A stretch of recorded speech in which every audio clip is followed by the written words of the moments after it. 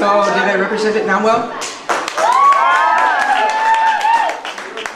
So, was it better, Cece? Well? It was better. It was the greatest thing I've ever heard. Father, are you still there? Okay. I'm not lying. I'm not lying. Did you expect that? Honestly? No. Really? Yes. I don't know what you. So, That was cute. Thanks, Boom. oh, okay. So, what's next? What did I do? Our next act is. Are you guys tired of hearing singing and? No. Oh, you're not tired of hearing singing? Oh, well, too bad, because our next act is going to be an oratory. Oh, sweet. An oratory. Oratory?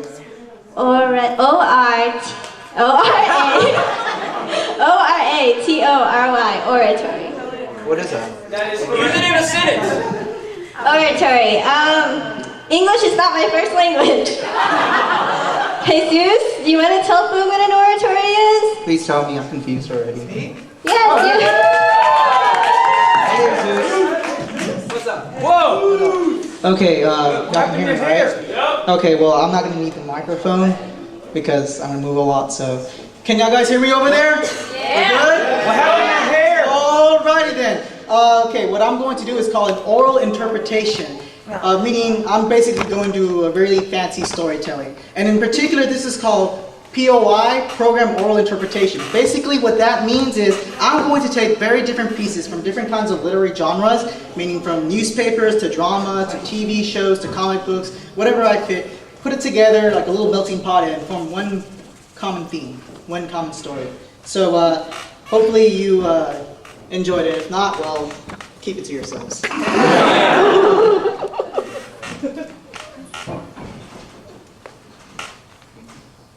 Y'all still there, right? Yeah, like that. Fact. The one career that causes the most sobering reaction is that of a teacher. Oh, sure, there are many other careers that people look down upon. Tax collectors, lawyers, cops, for some of you, border patrol. Yet one can see one to get those jobs, you know, they got money, they got power, they got social status.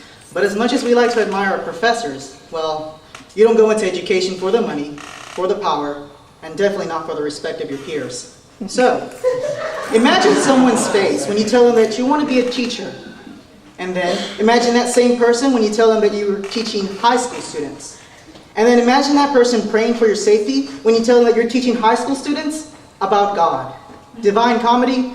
Very much so. But such is the role of the catechist.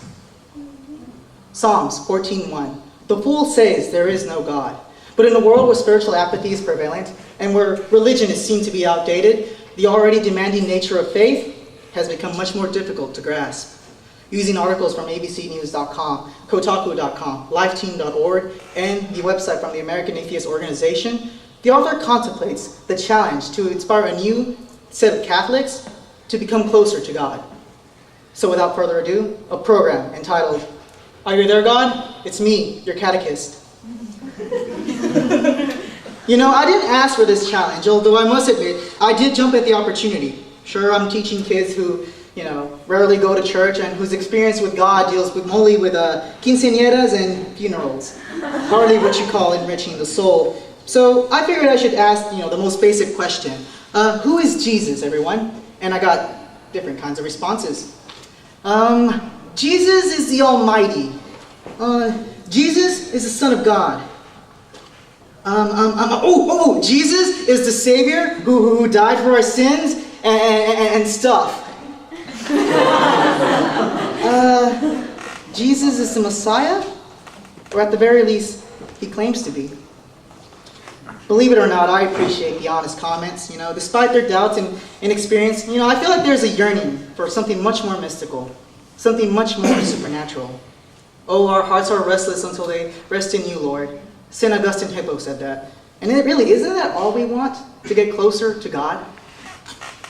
I vividly remember the first time I encountered John Paul II. I was at my first World Youth Day, 2002, Toronto, Canada. I was 17 years old and I was ready to explore the world. I couldn't wait to get out of this town and go do something different. And many of my expectations were blown with the bigness of World Youth Day. Thousands upon thousands upon thousands upon thousands of young Catholics like myself were full of life, and we were just so excited to be Catholics. You know, the Pope hadn't arrived yet, but the millions of people are eagerly waiting for him to arrive from the helicopter. And I knew I had to get backstage. So after the class was over, I encouraged them to fill out my questionnaire, to see where they stand. And a lot of the questions were left blank, no surprise. For example, one of my questions asked, who is St. Paul? And the answers range from, St. Paul is a saint. To, St. Paul is a person. And my favorite, St. Paul, he's St. Paul. But can you blame them? Indeed, how many of our friends and families, and even ourselves, actually learn about our faith? How many of us actually pick up the Bible and read it? Is it any surprise that atheists and agnostics know more about our religion than those that practice the faith themselves? Part of me feels like I have to encourage them to read the Bible. Get them motivated. But how do you tell them to read a 3,000-page book?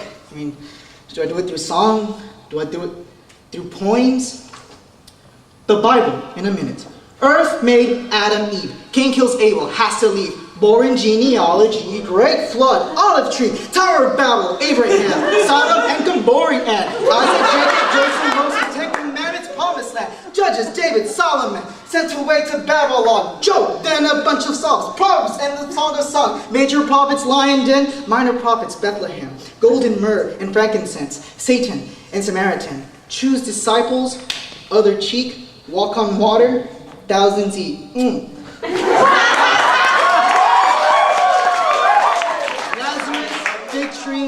Last Supper, Gethsemane. Blood money, third denial. Pontius Pilate, public trial. 40 lashes to the tree. Why have you forsaken me? But on the third day, empty tomb reappears with 5 wounds. Acts of the Apostles next, epistles, and apocalypse. Something a little bit too childish, But I want to get them a little bit more mature, maybe that'll get their attention. If I can be honest, part of the reason I'm doing this is because, I want to give these kids a rational view about God, I never got that when I was in catechism. In an age where other faiths and secularism surrounds us, I really don't see much of a choice. American atheist is not afraid to point out that which is true. Religion is ridiculous. In the history of the world, nothing has been the catalyst of more grief, hatred, war, crime than religion. Religion allows a person to hate, kill, torture, steal, while allowing himself to excuse himself all blame. Religion causes people to break the laws of ethics and morality in the name of God. Mythology and religion are synonymous, and none is better than the other.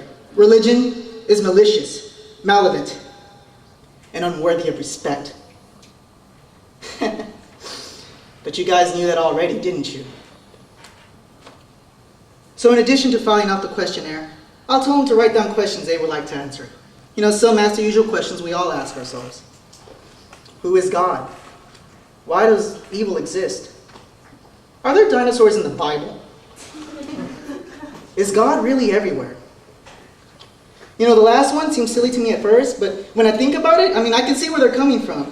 Of course, the answer is yes, God is everywhere. Even the news media admits it. This just in, a woman found the face of Jesus in a banana.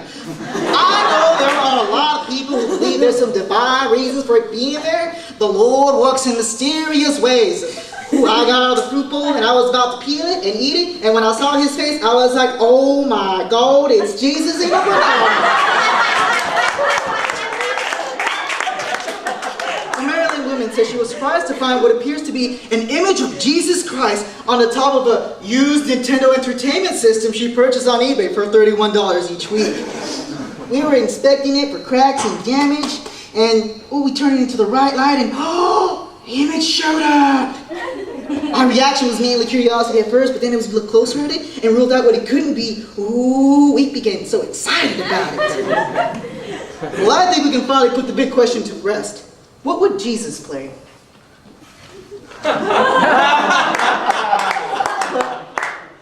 With news like this, it's hard to take the concept of God seriously. I mean, I admit, reading the answers to my questions and listening to their doubts, it made me a bit uneasy. No, it's not like I doubted God. I did, however, doubt whether I can do anything about it, you know? Will my presence actually make their faith grow stronger? Is it childish to think that maybe one person can change 22 kids' points of view to believe in God? I mean, do these kids even want to listen about God?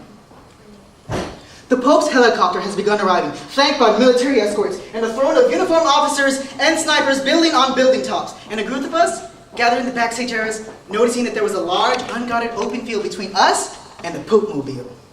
And all of my instincts, all of my cautious part of my soul vanished, and I ran as fast as I could. But in my heart, I felt like I was skipping. If there was ever a moment of freedom, it was then. The freedom came from a genuine desire to be as close to the man I admired for his love of others and of the Lord.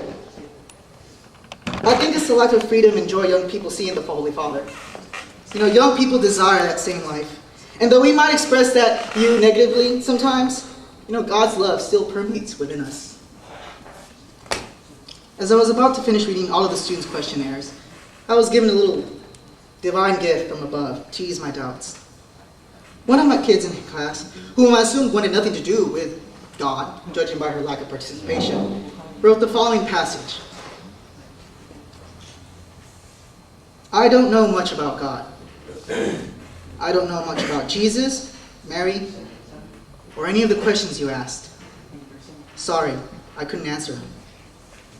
But I do want to learn more about God, because I do believe in Him, or at the very least, I want to. And I was touched.